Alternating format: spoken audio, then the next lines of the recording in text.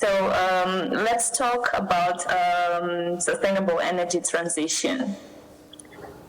When sustainable energy transition was introduced to the energy sector, it came up as a concept that was a response to climate crisis and also the global warming, which the aim was to reduce the emissions of greenhouse gases, focusing on carbon dioxide emissions. It practically means that we should have a migration in the global energy sector from the use of fossil fuel-based energy sources to zero carbon energy sources, which are renewable energy sources. However, if we are talking about sustainability and stability, it is crucial to have a strategic view that goes beyond climate crisis, but also sets the intention and also actions towards the achievement of the SDG number 7, which is to provide clean and affordable energy for all. This will end up in an integrated energy production and distribution that is going to, by result, prevent the energy crisis from growing. Well, we have a challenge regarding the energy transition, which is basically the achievement of this just and fair transition that requires a complete shift of the energy systems that are basically complex and interrelated value chains. Considering this complexity of the energy systems, a sustainable energy transition requires the activation of new and improved systems based on innovation and technologies in order to meet both national and global goals regarding the energy sector. To achieve this or to overcome this challenge, there are many steps that we can take. I brought this example, which is a suggestion of the United Nations.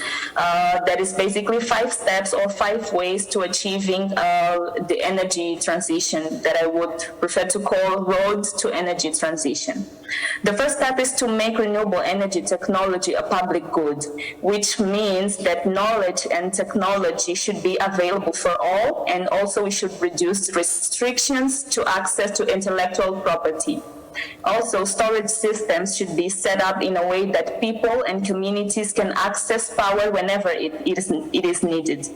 The second one is to improve global access to components and raw materials.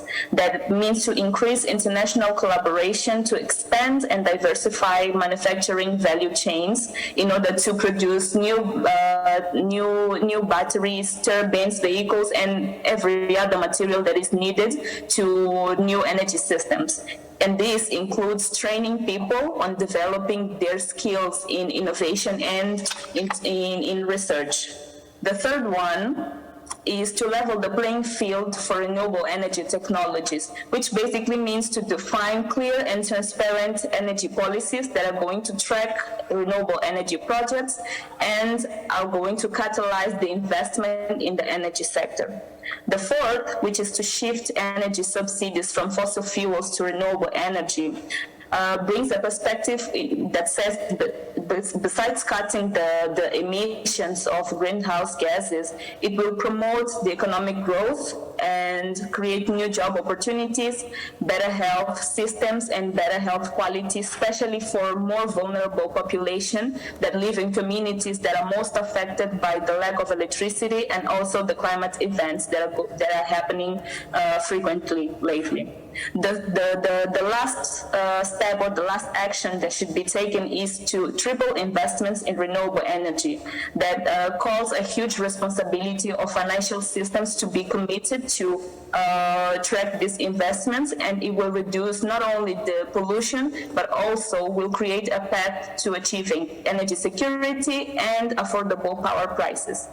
In order to make this roadmap work, we should invite key stakeholders that are crucial players in the energy sector. And we should invite them to collaborate in a non-radical approach in which all sectors can collaborate and can use their technology, their expertise to achieve this sustainable energy transition. I brought here some of these stakeholders which represent the energy sector, and I'm talking about energy companies, from the oil and gas companies, electric utilities, and renewable developers, the industrial consumers who are the ones who consume the largest amounts of power. And for an example, we can have material producers, mining industries, and also mobility industry. Then we have end users who are commercial and domestic users. We have the international organizations who are the influencers of the energy sector. We can have 3 examples here: the International Energy Agency, the International Energy Forum, and the International Renewable Energy Agencies. Then we have the policymakers who are going to make the legislation and are going to protect the environment through the environmental agencies.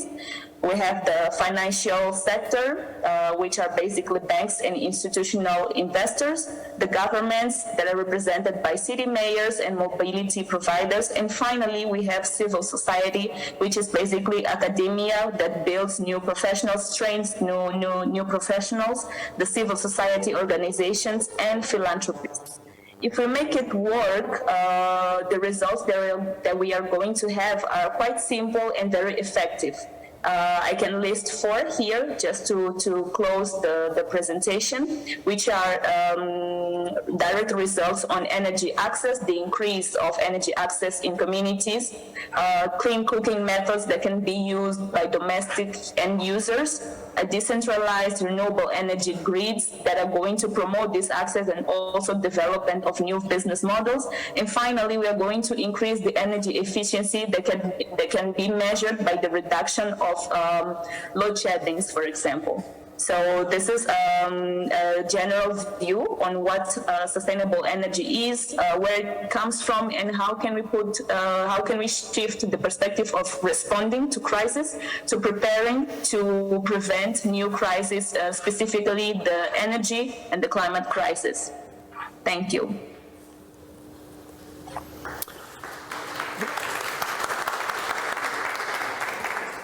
Thank you. Now we're going to have a panel discussion, so I'm going to ask, we have Jéssica here on the line, Filipe Vasconcelos again, Muriel. Do we have Muriel here? Yes? And Luís. So we have 1 new face here on the stage, or 2 after Jéssica, but Muriel, I'll give the floor to you first if you wanted to just introduce yourself and give a reflection on the presentation. Good morning, everyone. My name is Muriel C.Iten. I'm currently head of an R&D unit. I'm currently head of an R&D unit at ISQ, Portugal engineering institution. Our research group is composed of more than 20 researchers, and we have been working actively in these topics and these matters that Jéssica was just presenting. Thank you very much, Jéssica. Regarding this topic, there are different ways we can approach it. I guess we will go a little more in detail today. I hope we can cover the 3 aspects of sustainability, not only the technology side, that's mostly what I do with my team, but also the social side and the economical side. Okay. Let's just open up for reflections on Jéssica's presentation. Anything that stood out there that you want to comment on? So. Well, yes. Well, regarding the challenges of generation, yes, and the challenges of generation, I think we need to give a step back, and especially considering the different geographies where we're in. Jéssica reflected on the introduction of renewables, the shift in the power mix, but we need to guarantee that this makes sense in every country. I was speaking to a South African the other day in a conference, and he was discussing with a former environmental minister. And our former environmental minister was very keen on decarbonization. He's like fully, João Pedro Matos Fernandes, if we all know, is full ahead on decarbonization. And this South African, I don't remember his name, but it was very funny. He was saying like, guys, it's okay, but we have natural gas and we have resources in our fields and we're going to use them. So, decarbonization, it's for you, right? You want to decarbonize, you want to put more renewables, whatever you want to do, it's for you. We have resources, we're going to use them because, we are allowed to use them.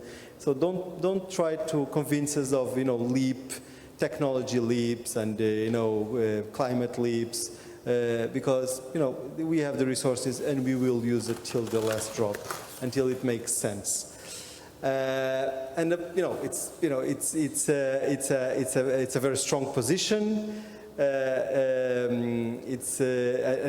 This increased the discussion in the panel, but in some way, some sort of way, he has the ability to do that. And it's who are we to tell him that he cannot do that, and then he should try to move to a different technology. So I think the way we address this is or should address this in the generation of energy should be always a way to, in a way that guarantees that it makes sense for every continent or every country and every region to be using the resources that they have. If it's more viable to do with the renewables, that's the way to go. Yeah. Hi, so I'm Luís, for those that weren't here in the first session. I'm a partner at Get2See, and what we do is we try to help governments, municipalities to develop their sustainability strategies, their carbon neutrality pathways. And actually I was going to talk a little bit about Jessica's last slide, which is the involvement of the stakeholders in the process. But now that you've mentioned, the experience with the former environmental minister and that South African, I'm just going to take 2 minutes to talk a little bit about our experience, because we've been, helping countries negotiate also during the COP. So everything that led up to the Paris Agreement, it has to do with this. So when we were negotiating the Paris Agreement, is how do you actually, because the developed countries, it's easy. We know how to do it. We already, our efficient pathways, probably to use renewables, but how do you get developing countries to change their current pathways and move from using the gas that they have on their own countries into renewables? And finding these kind of solutions, that's what's really difficult in a global carbon neutrality pathways. And of course, then came, climate finance. And climate finance is all about, you gotta incentivize these guys, these countries, to not using what they have available, which is, if you don't, if you do the direct math, they'll use their available resources. They'll use them. It's much cheaper. It's ready to use. The technology is well known. So you got to find, inventive ways to just, okay, so I'll pay you not to use it, and that's how, one of the things that came was carbon credits, which, there are some good things to talk about that, some bad things, but definitely there was some innovative thing behind it, which is, so let's foster other means of development rather than fossil fuels and so on and so forth. So the idea is when you're developing a carbon neutrality strategy, or a big plan such as the Paris Agreement, we always get to what Jessica was talking about, which is stakeholders. And when we're looking at all the stakeholders involved in a given process, we have to understand what drives them, okay? If they're enablers or if they're, deal breakers of whatever path you think you're following. And actually, when we were developing the carbon neutrality pathways here in Portugal, and particularly, so we divided into 4 major areas, so which is energy, mobility, residues, how do you say? Waste, sorry. And forestry and agriculture. And when we were dealing with the energy, So there was a first trial that the government did like 5 years before, and it didn't go through. Why? Because they just didn't do a good stakeholders involvement. And they didn't understand which stakeholder was important for each sector of the strategy that you wanted to put forward.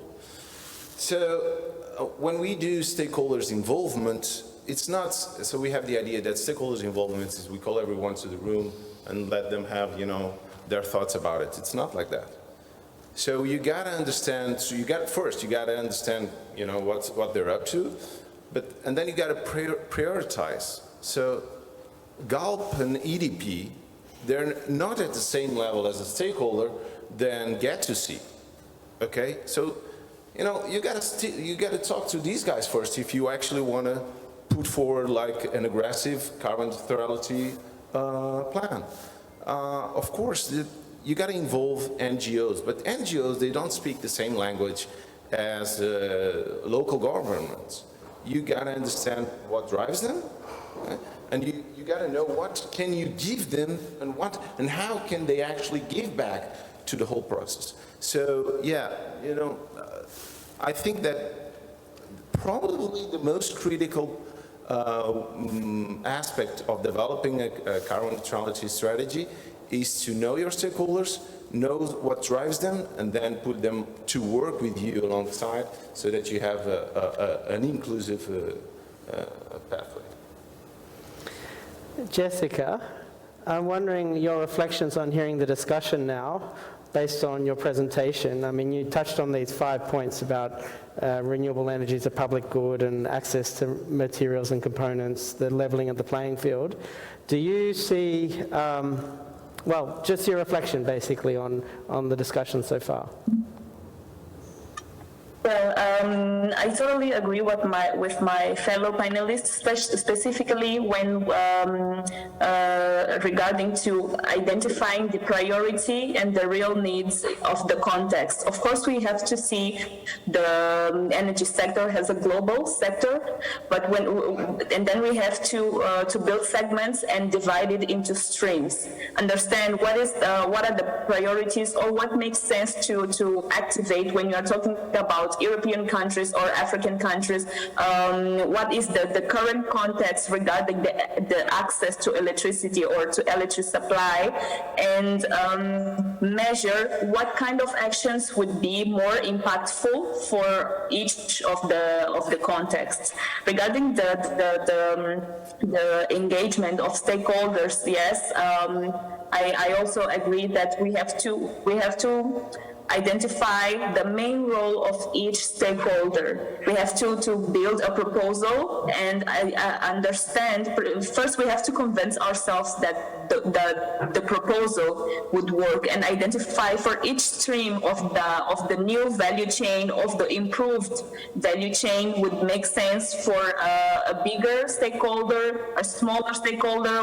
Where does it make sense to involve companies that are already working in the energy sector? And we have to make it, depending on the perspective, on a more grassroots and decentralized approach. Because when we always focus on great industries or big industries, what happens is that we fail to achieve basic needs of smaller communities. So we have to divide the intervention into streams and try to understand what are the real needs of each context, what makes sense, and also what are the abundant renewable energy sources that exist in those contexts, so that we can, for example, if we have a high wind potential in a certain area, we are probably not going to invest in solar projects because it is going to fail. So we also have to understand what are the abundant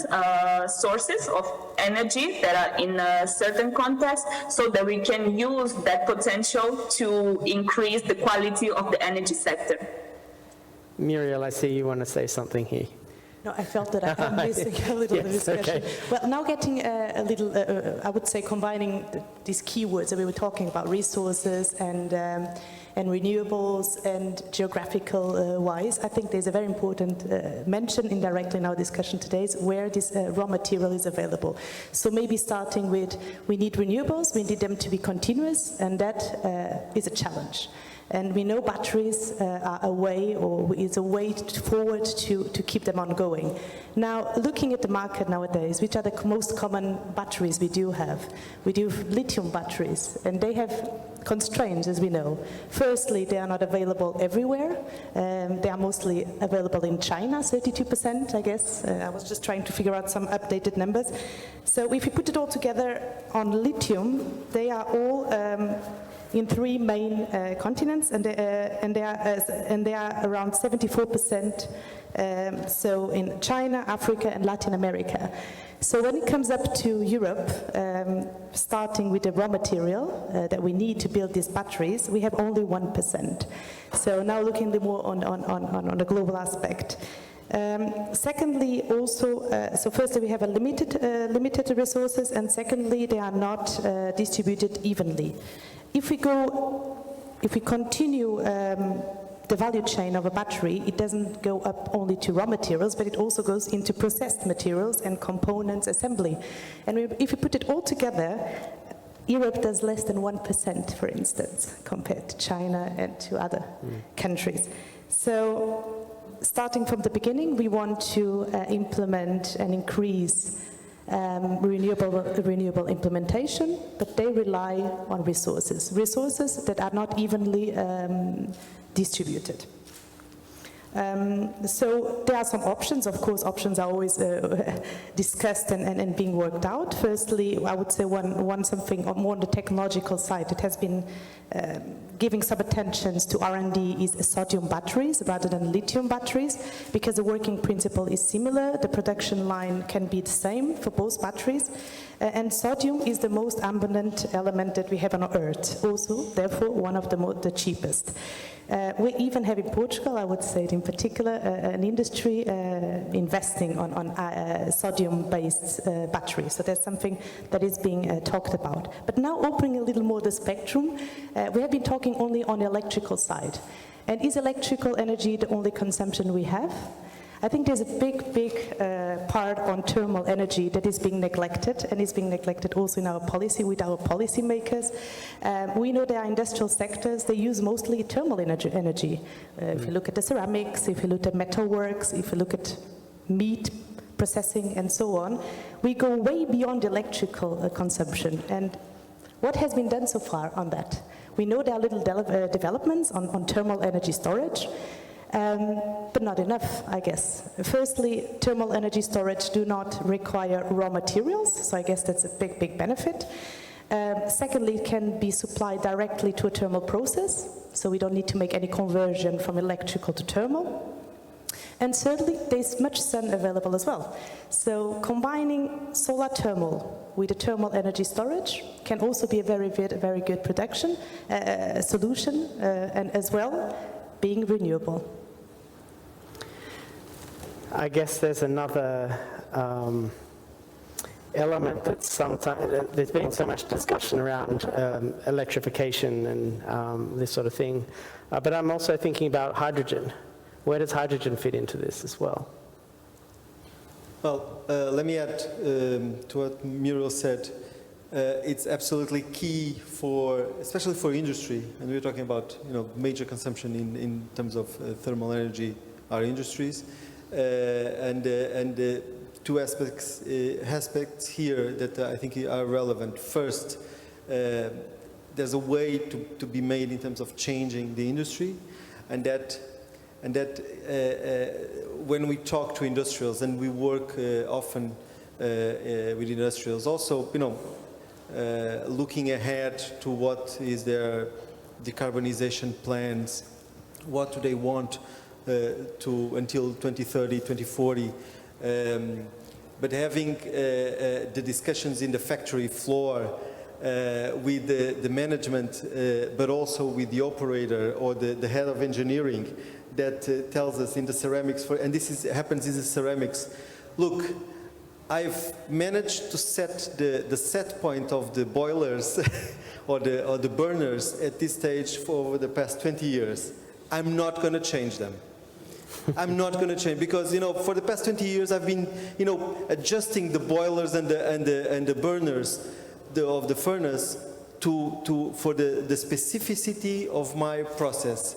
If you want to bring hydrogen, I'm not going to change this unless I'm going to be obliged. And then what happens is that often management says, okay, he's the guy that knows. He's the guy that I cannot do anything. So that's the first question is, operationally, we hit this wall of, the guy that has been there for 30 years in the factory floor. And I think, we all have passed, through some of these discussions at some part of our lives. And the second part is that when management says, okay, do you want to change for hydrogen? Where's the finance for that? Who's going to pay for this? Because the cubic meter is going to cost me more. Where's the money for that? Because I'm not going to change if there's no rationale. And this is where my views on the decarbonization plans differ sometimes a little bit of other views. Is that when you look at these factories, municipalities, even national plans, we always need to look where the money is coming from. Because, if you look in Portugal, we are a poor country. There's no money for anything. So we need to think on where the money is coming from. Who's going to pay for this? Is it just beneficial?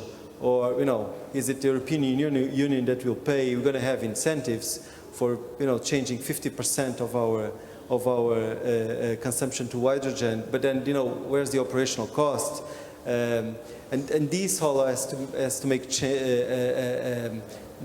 to make sense in terms of not only policy terms, but also on the stakeholder, like Luís was mentioning. But also when the stakeholder is involved, is not only the management, is the guy on the floor of the factory, and this guy needs to understand that there's a way, and there's a way that improves his life, and his life is not climate change. Forget about that. His life is guaranteeing that the tile that is coming out of the ceramics it passes the quality check. Well, I have a slight different viewpoint from yours on that.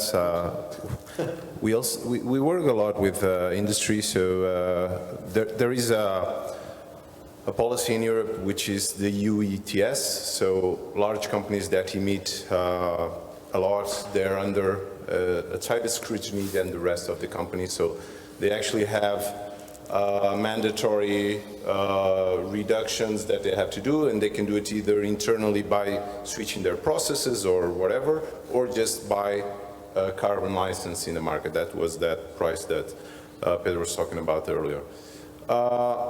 And right now they're under so much pressure, both from the carbon market and then from particularly the gas market, they're actually open to almost anything. And they're actually trying it. So hydrogen, it's on everyone's agenda right now. So they're testing it, and but I think hydrogen, we have a technical problem with hydrogen that still hasn't been tackled.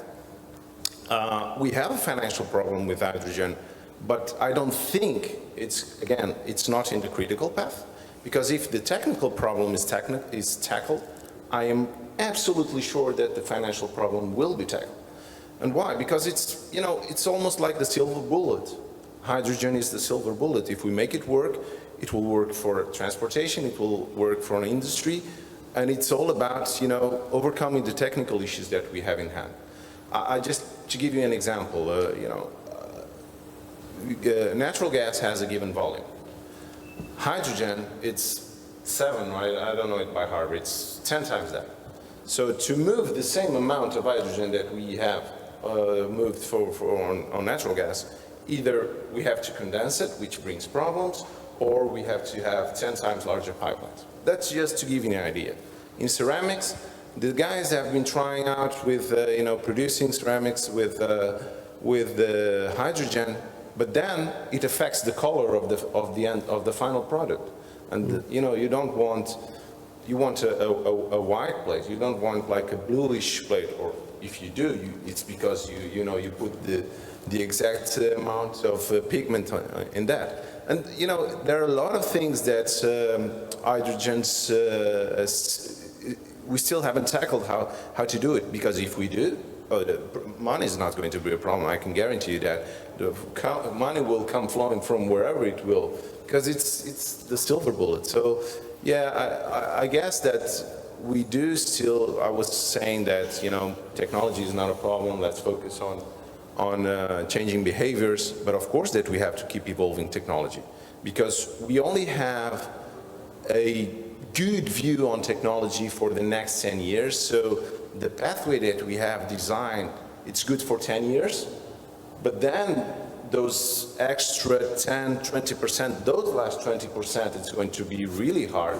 to make it work. And with the current technology, we still can't do it.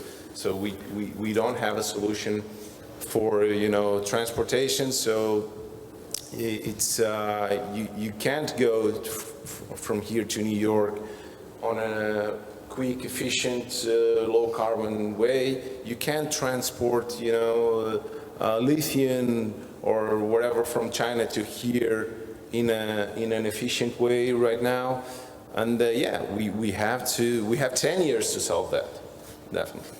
Big challenge. Let me add here to the discussion, and I don't want to, you know, to enter any political discussion, but I think this might be relevant for the future of Europe and for the future of hydrogen and thermal batteries, which are actually more efficient than hydrogen in the industry.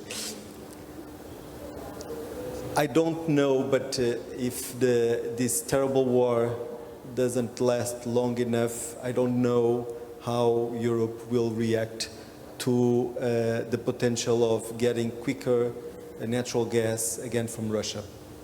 Okay, and this is you know, this is beyond the human side of it. This might be real politic working. We are watching Europe changing very quickly the way it looks at energy. But you know, if we, and I hope we do reach you know, a peace very quickly. You know, I don't know what will happen in terms, because the demand for gas is there, the need for cheap gas is there. All these technology problems, you know, the color of the plate is not good enough. So it's, you know, come on, let's continue to, let's buy again natural gas, which is, you know, available again in the market. And this, although it's of course, you know, a political issue, a geostrategic issue for Europe, it's beyond, you know, it's beyond this discussion and this forum. It might induce a step back on this transition, the way we are seeing it now. I hope not, because it's important for Europe, it's important for Europeans, I think it's important for the rest of the world as well, not to you know, give some steps back on these issues, because, you know, actually they are more than energy, they are more than a resource, they are, you know, a way of life. But I'm not sure what will happen if natural gas is again available in a cheaper way. So just on this natural gas, no, fine. Natural gas financing, EU taxonomy. I'm wondering if anyone's got a comment on the situation with the EU taxonomy and its impact on clean energy transitions. Well, I can share some thoughts indirectly on that topic. So we were talking about transition, and we're talking about hydrogen being his technology readiness level being hopefully in 2030 onwards, at least for industry, that's what's predicted at the moment. So again, let's tackle the world transition. So the main consumption at the moment is natural gas, we know that. In China, actually, they are big achievement is getting into, we are still seeing figures in China getting into natural gas, if you look at the figures. So we have a decade ahead of us where this fuel is the predominant, and it will remain at least for a couple of years. For a good transition, in my perspective, we should be looking at tackling solutions to decarbonize natural gas, and that involves also the very common name energy efficiency. We hear energy efficiency is passed from another decade. I disagree on it because I've been close to the industry enough to see that energy efficiency is still not very well implemented, and there is still a lot to be done. But I would say, starting from the beginning, we do have a decade where we have very good technologies that are not being implemented. We were just talking about the storage. Even the renewables are not fully implemented. We have a decade ahead where we can tackle strongly on that, on batteries, on renewables, and also on reducing energy consumption on the thermal side. Thermal side that has been not been looked properly, at least in the recent politics. Moving forward, 2030 onwards, hydrogen, hopefully with the developments we are having, will be getting stronger, and similarly, natural gas will decrease. So independently on, I would say, on what wars and things that might be happening, I think we should have a clear strategic, knowing which resources we have at the moment, what is available, what's not available, and how we should perform on that way. And that, of course, leads to your question, what is being done by the Commission, well, the European Union, and that's, I guess, that's what I'm trying to do. Yeah. Well, about the EU taxonomy, I'm not going to go into that because it's too sad. I'll take the words from the late Queen Elizabeth. She did, I urge you to see that video. She did the opening of COP26, which was last year in Glasgow. And she said one thing that is so relevant nowadays, and it is the difference between statesmanship and policy. So politics, sorry. And it's not the example that she used, but I'll give you the example between a statesman and a politics. Back in 1940, when Churchill got to being prime minister in England, so he had the decision either to negotiate with Hitler and try to get a short-term ceasefire, which I don't know what may have happened. So, or, he said, no. It's not the path to go. We cannot go that way because maybe in the short term, we'll have some peace here and people will live better for 3-4 years, but this guy will gain power and this guy is mad, so I don't know if it takes 3 or 4 years, but he will come back to this. So he decided, no, we'll suffer now, but we'll go to war. And that's the difference between making, a statement decision or just doing politics for the sake of, people will be happy in the short term, but in the long term, they'll suffer. And right now, I think we don't have any good statesman politics or statement in the European Commission and the decisions that are being taken, particularly that of including natural gas and, atomic energy into the EU taxonomy. It's absolutely outrageous, and we need more statesmen. If we're going to tackle the climate change urgency that we have right now, we cannot do it with our politics that we have. Sorry about my. Jéssica, adding you back in here, I know you're sitting there. How do you view this? I mean, thinking more about statesmanship, I guess. Yeah. Sorry, I couldn't understand the question. Yeah, sorry, I was bringing you back into the discussion here around leadership and statesmanship, I guess, is really the question. How do we get this leadership in place for the energy transition? Any comments? Okay. for the leadership, I think I would go back to setting priorities. Of course, we have a global agenda, but the scenario for each country is different. Also, the needs are different. So I would take a look of the value chain of every country, meaning as defining a leadership process or leading a project of decarbonization or increasing the use of renewables.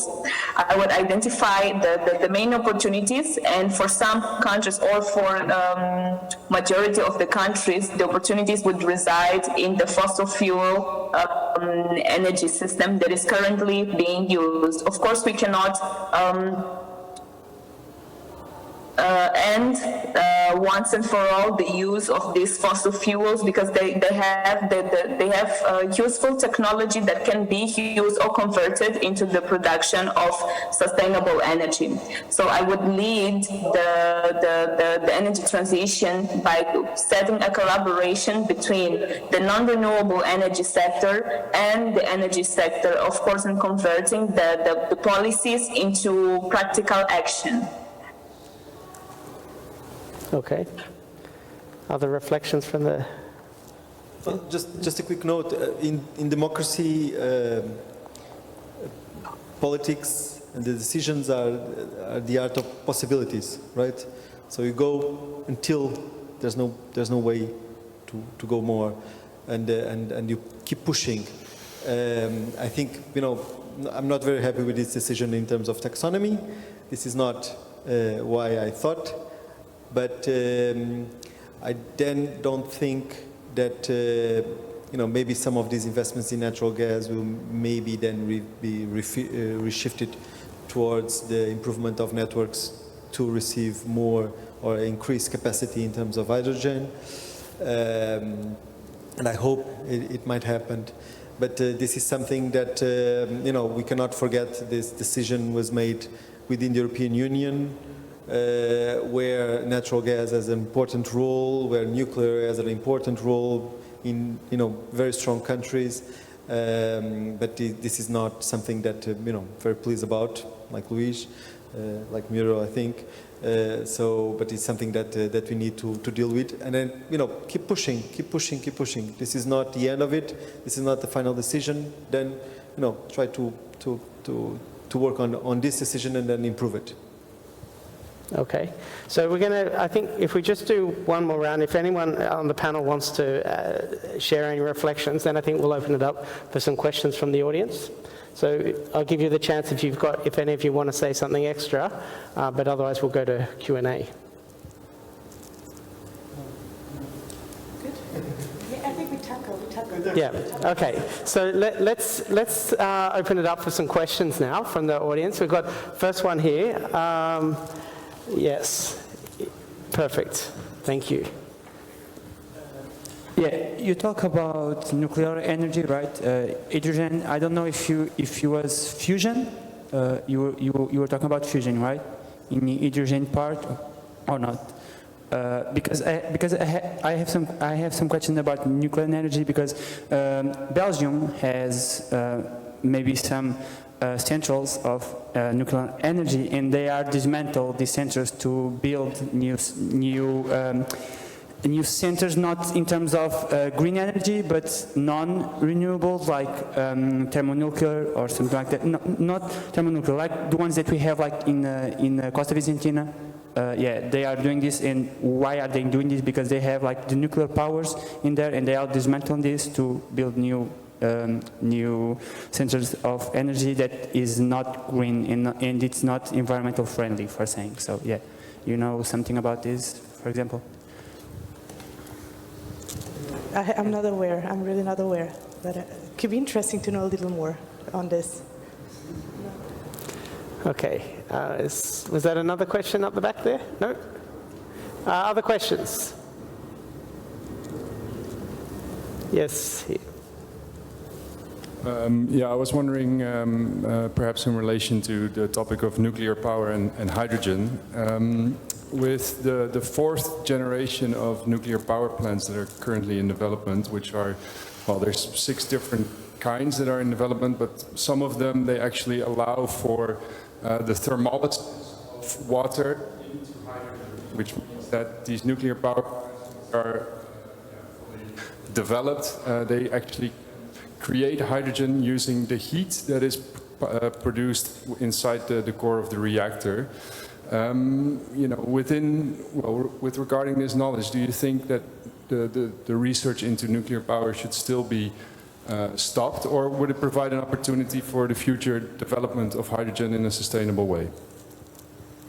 I think combining, you just mentioned something interesting, combining and integrating systems, I think it's the way forward to it. So you were mentioning about heat being used to produce hydrogen, that's possible. It is not talked, again, very much about it. We talk about electrolyzers, the common ones with electric energy producing hydrogen, but indeed there are solutions being worked by different, and I would say more in Northern Europe, or where they look at even waste heat, not just solar heat, but waste heat, and nuclear could be a way also to get that waste heat from, to produce hydrogen. So I guess combining systems, if we combine waste from one side being a resource for another one, we have a double energy production in the same plant. So I'm not very familiar of that particular example, but I think that's the way forward. And if you look at the developed countries, they're doing lots of integration, system integration. So it's quite interesting.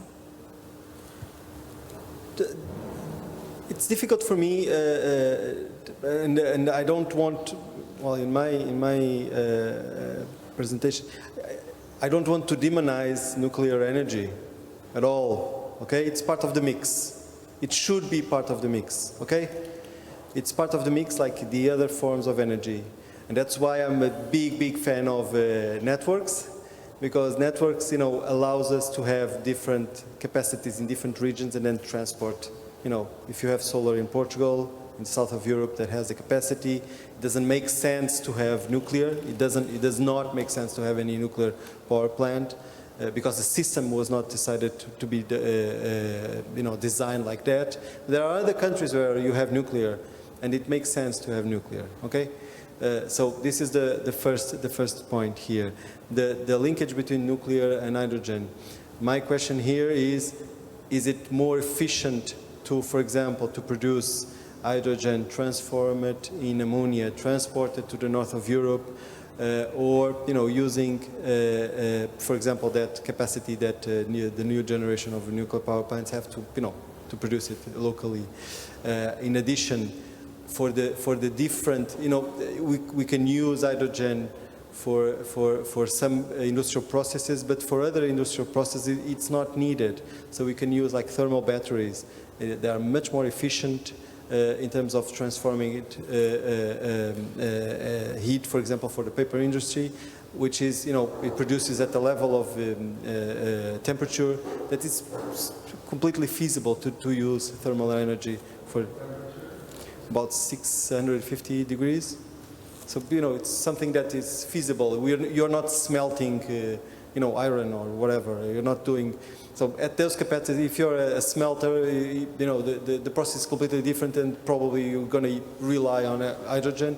But if you have other processes that work on a lower temperature, maybe you can use like renewables, heat water at a very high temperature and use it, and it's much more efficient. It doesn't pose the problems that we have in terms of networks and capacity. I was talking to a glass producer, a very, very big glass producer, and I was thinking about maybe the process will, guarantee the process if we get 7-8% of hydrogen to our capacity here. So we can replace natural gas by 7% of hydrogen. So, but this is not the end solution. So, we need to continue to work on that. So the plate doesn't change color when we don't want it. More questions? Okay. We are always talking about producing energy. What about energy efficiency? What are the challenges, and why are not we seeing that or tracking that? We are. Actually, we haven't talked much about that in this panel. I've talked a little bit in the previous panel. And I actually even gave an example of how many people left something turned on when we left home. And that's just the things that we have power over immediately without any kind of investment, which is still a good portion of of what can we do for being more efficient in terms of energy. But actually within every carbon neutrality pathway or energy efficiency is definitely a key to the success of the strategy itself. And the Fundo Ambiental is doing a good job on financing lots of you can change your windows. There are lots of things that actually have been done here, at least in Portugal, to shift away from things that are not as efficient in our own homes. And industry is there. They know that energy efficiency is the low-hanging fruit. They're working on that. If we should be moving faster, yeah, of course. We should be moving faster in everything that we're talking about. The thing is that in every single segment of the carbon neutrality pathway, we are moving slow. And it's not only energy efficiencies, every single one. And how can we pace it up?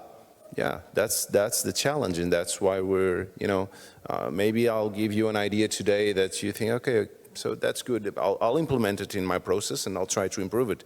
And that's, the definition also of innovation. If you pick a little bit of knowledge from, each conversation, and you improve whatever you're doing, that's the way to pace decarbonization up.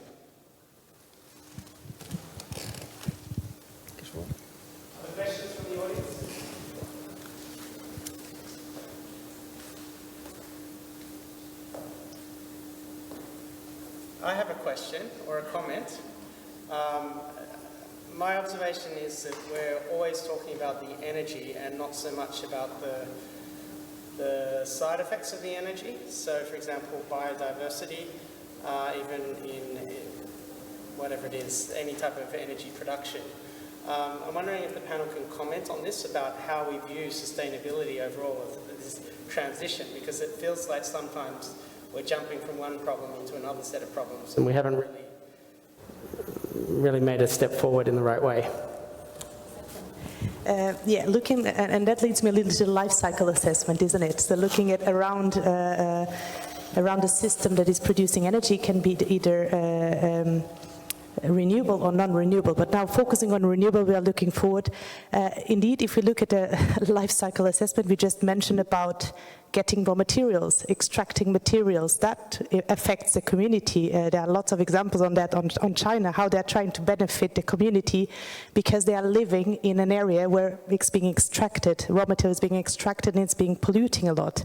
And if we go further and further, so starting from getting the materials to when actually it is implemented, it also has an impact. For instance, solar panels, they can have a big impact on the land use. So it's very important to look at where we are actually installing them. Installing them in buildings maybe will avoid using landscape and disturbing the ecosystem around it. Something very important we haven't talked today is the water use, water consumption. It's strongly related with renewables, especially hydroelectric, as we know. Water is scarce as well. In our case in Portugal, we have a double problem. It's not just about having less rain, less water, but also we are dependent on Spain. If Spain by any chance decides to cut water, we won't get the water, and our electricity, that is currently 55% is hydroelectric, we will have it compromised. So that's something actually, I think it should be really reflected in our new plan that is now being revised, the climate and energy plan. There are some figures for 2030 on different renewables, but I'm not sure if these figures also consider the side effects.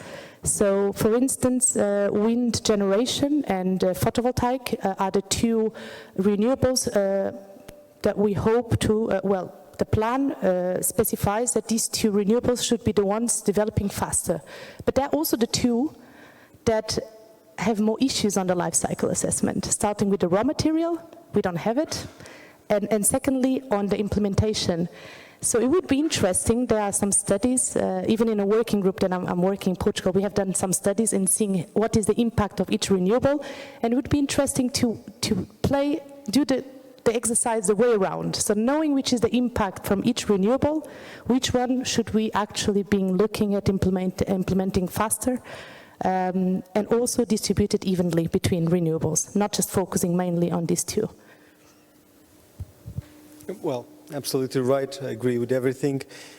If we think that climate crises are, a crisis and a tragedy, we should think on biodiversity, because the numbers, the figures that are, predicted here are just a disgrace. The level of biodiversity that is lost, not because of energy, because of us, because of our impact, is massive. And the future is not, promising on this.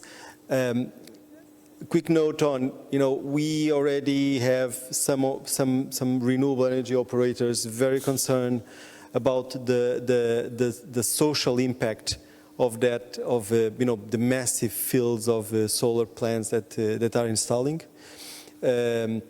And ways to reduce a little bit the impact, studying or which plants can fit better on this environment that is going to be changed. You might discuss, those fields were unproductive anyway, but there was life in there. There were plants growing. There was an ecosystem.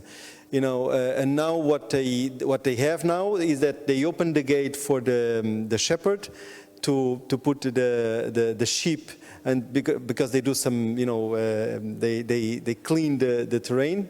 They cannot put goats because goats jump to the solar panels. So the sheep they don't jump. But we need to do more. So what Muriel was saying in terms of discussing this and planning and studying ahead, it's critical also for have this social license to operate, because we will reach a time where agricultures will say like no more solar panels here. It's enough. We can't see the land. There's no trees here. There's nothing. So it's enough. And we need to avoid this because we need this energy for the hydrogen, for our cities, for our way of life.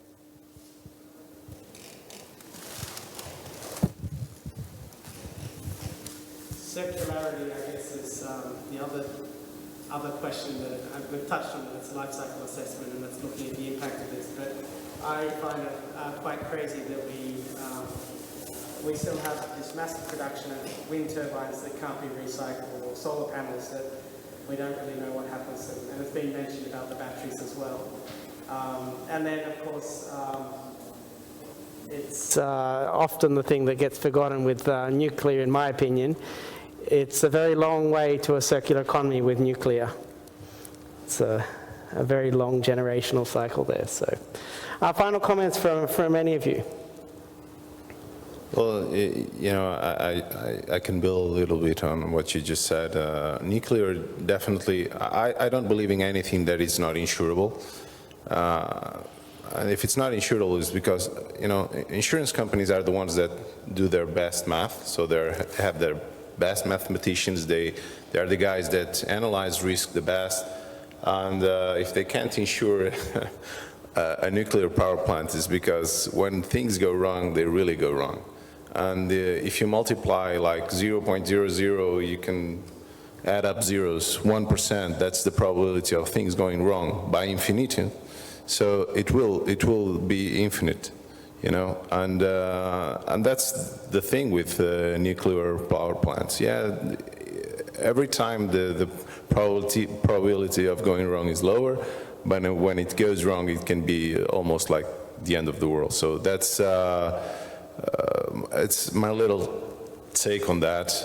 In terms of everything else, yeah, it's so challenging. Everything, even the nuclear debate, we can be here. Of course, probably each one of you has a different opinion, but the thing is, sustainability is so beautiful, but at the same time so complicated. It has so many branches that, you know, if I do this, it will interact with so many systems that we are overwhelmed by it. And because we are overwhelmed by it, we just say, just leave it alone. Well, it's working, so I don't care. Maybe everything will work out anyway, so yeah, I'll do the same things as I was doing it. And I think that's probably the largest problem with sustainability. Is so overwhelming that people just get frustrated just by trying. You know? Sorry, I heard you about saying that the panels are invading the soil, and I'd like you, if you can, to comment about the turbines in the north of Portugal, in the coast. If you think it will be the same, or it can be another issue also for sustainability. Thank you. I'm sorry, I think I didn't get you. Okay. The turbines, which will be if that's going to be a thing or not? If it's going to be a thing within Portugal? Like the panels. Yeah, well, I think we have an additional problem here in Portugal, is that our coastline is not particularly good for offshore wind because it goes to higher depths really quickly. So, yeah, but onshore? On the coast, in the sea. Yeah, but that's, you know, if it's in the sea, you have to have a technology to, you know, anchor them to the floor. Yesterday it was announced by the government.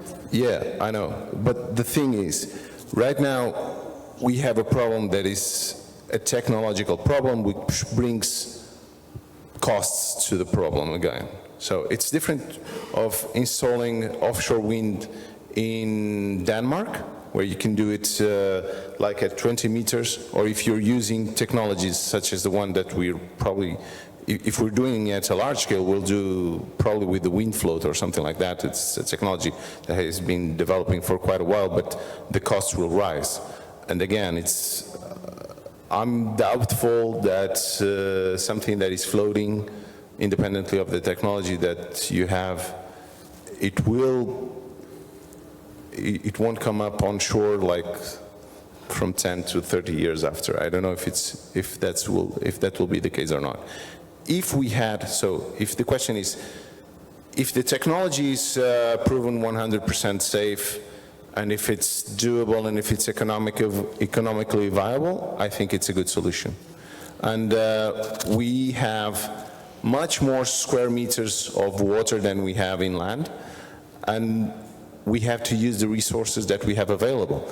If there is an impact, of course there is an impact. Everything that we do has an impact. If that impact is positive in terms of the benefits that it brings, I believe that offshore wind farms, they have a positive impact in terms of compared with the negative impact that they have. I'm just very doubtful that Portugal is the place to deploy large wind farms offshore, but you know, it's maybe because I don't have enough information on that side.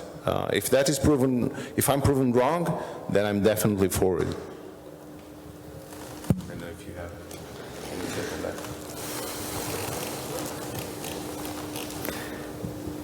on that. No final. No, just a note. You know, if it's a good project, go for it. It's you know, this is a matter, like everything in our lives, a matter of choices. You know, what should I prefer to do? And if the market takes it, the impact is going to be limited. It's going to have technology challenges, like, you know, anchoring the systems. But you know, the impact is going to be minimum. The resource is better at the sea than it is inland. So why not? Let's use. You know, we have like, I don't know, 1,500 kilometers of coast, and we have the islands, and we have like the largest economic region, whatever economic region in Europe. Let's use that. It's a resource. So yeah, go for it. I think we're up on time. I just want to say thank you to all our panelists and speakers, and for you in the audience for participating in this session. So, on that note, thank you very much.